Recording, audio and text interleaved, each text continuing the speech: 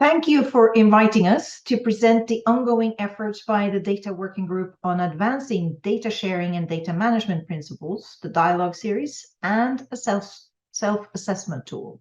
The GEO principles needed to be advocated, and we wanted to engage the community by asking for examples of implementation, and we also wanted to create capacity development material that now can be found on the GEO's Knowledge Hub. The data sharing principles were one of the pillars of the first GEO 10-year implementation plan when GEO was established in 2005. The data sharing principles were further enhanced in the GEO strategy for 2015 to 2025. And in this year, in 2022, we also revised the guidelines for the data management principles.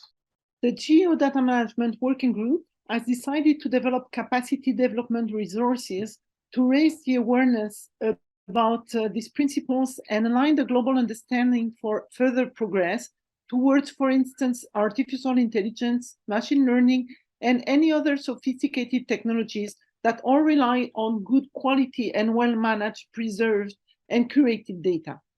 It was a good opportunity, at the same time, to clarify the positioning of these GEO principles with several more recent frameworks issued from other communities, but related to data management, such as FAIR, trust, and care.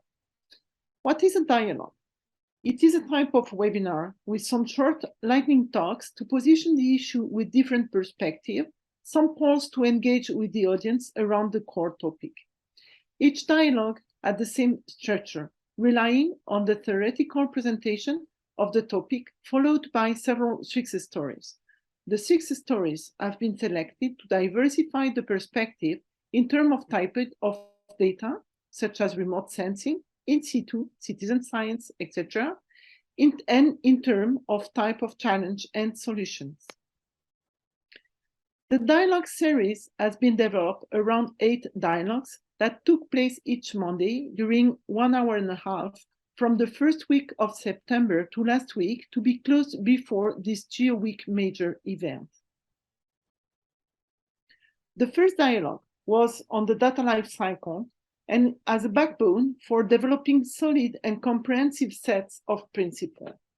The second dialogue focused on data sharing principles, where Barbara Ryan highlighted that opening Landsat data has increased its global economic and societal value by 3 orders of magnitude.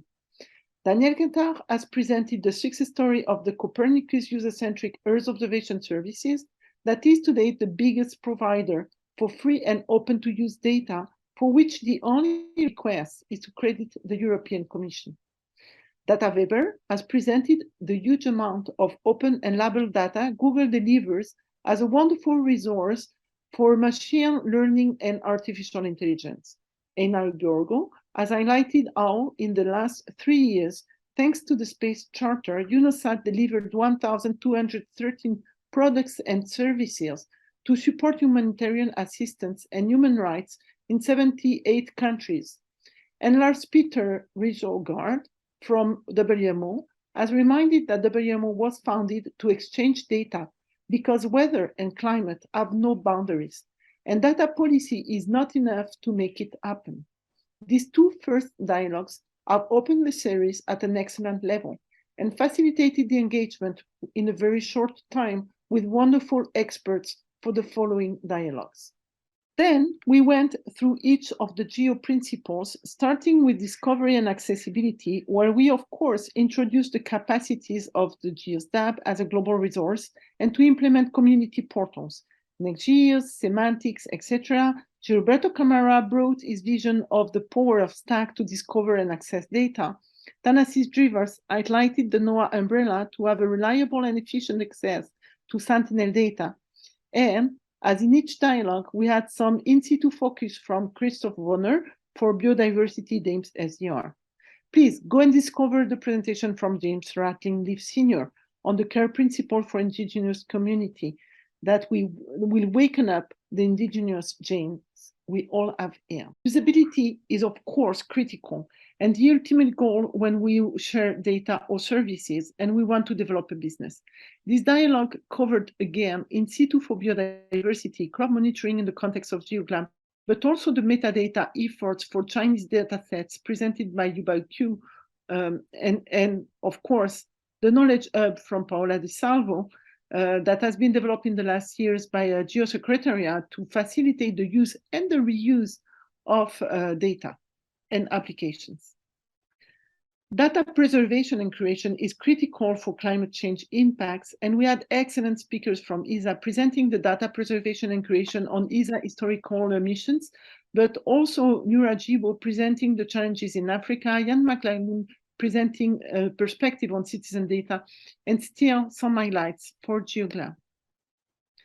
The last dialogue was a bit different, as it focused on the recent outcome from the eShape project that has been endorsed by the GEO Secretariat, that is a self-assessment tool. It is a synthesis and result of many inputs pushed by Lionel Menard and Nicolas Fichot from Armin in the context of eShape that should be developed and sustained via OpenOR with support from Marie-Christine Jacquemont.